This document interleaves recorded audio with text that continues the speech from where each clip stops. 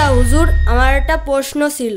জি অবশ্যই, বলো। সুদের টাকা দিয়ে কুরবানি দিলে কুরবানি কি কবুল হবে? দেখো, সুদ নেওয়া এবং দেওয়া উভয়টি হারাম।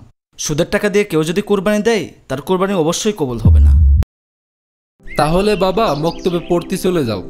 চলো তোমার একটু আগায় দিয়ে আসি।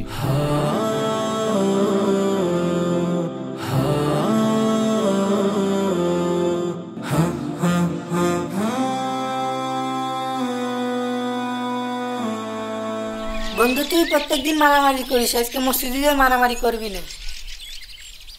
এ আকাশ, বন্ধু দাঁড়া দাঁড়া দাঁড়া দাঁড়া।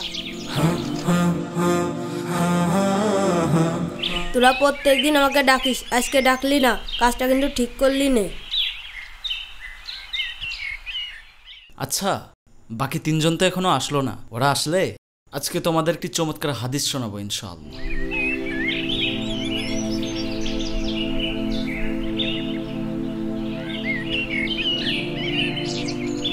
যেহেতু সবাই আসছে, তাহলে তোমরা পড়া শুরু করো।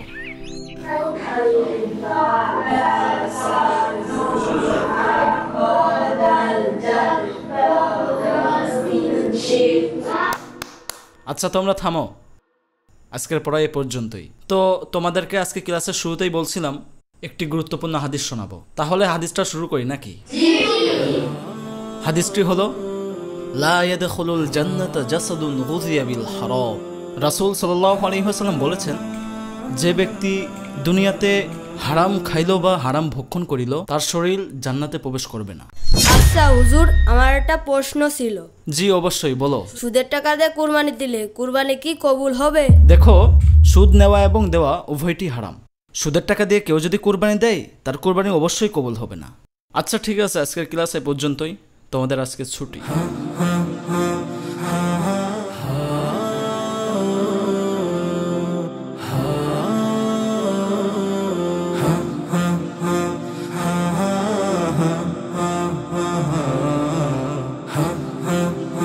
আহাদ, এই দেখো আমাদের কুরবানি দেওয়ার জন্য ছাগল কিনে নিয়ে আইছি।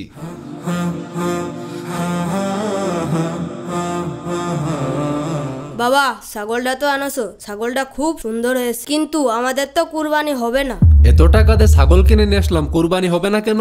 বাবা, হুজুর আজকে একটা আমাদের হাদিস শিক্ষা দিয়েছে, হারাম টাকা দিয়ে কুরবানি হবে না। কিন্তু বাবা, আমাদের টাকা হারাম হলো কিভাবে? ওই যে ওই দিনকার কথা তোমার স্মরণ আছে?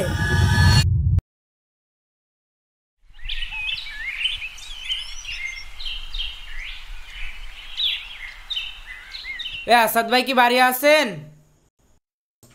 ও আসাদ ভাই,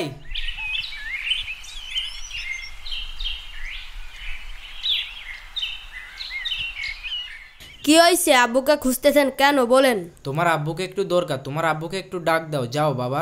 আচ্ছা ঠিক আছে, ডাকছি। আব্বা, ও আব্বা, আব্বা। কি হয়েছে? চিল্লাচ্ছ কেন? কি হয়েছে? আপনার কে যেন ডাকতেছে। কি হয়েছে ইমরান?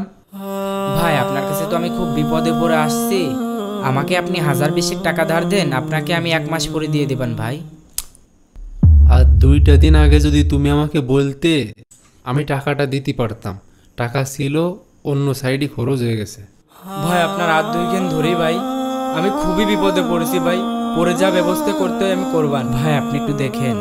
আচ্ছা, যেহেতু তুমি এত করে বলতেছো, তুমি এখন যাও, আমি টাকা পয়সা নিয়ে আসতেছি।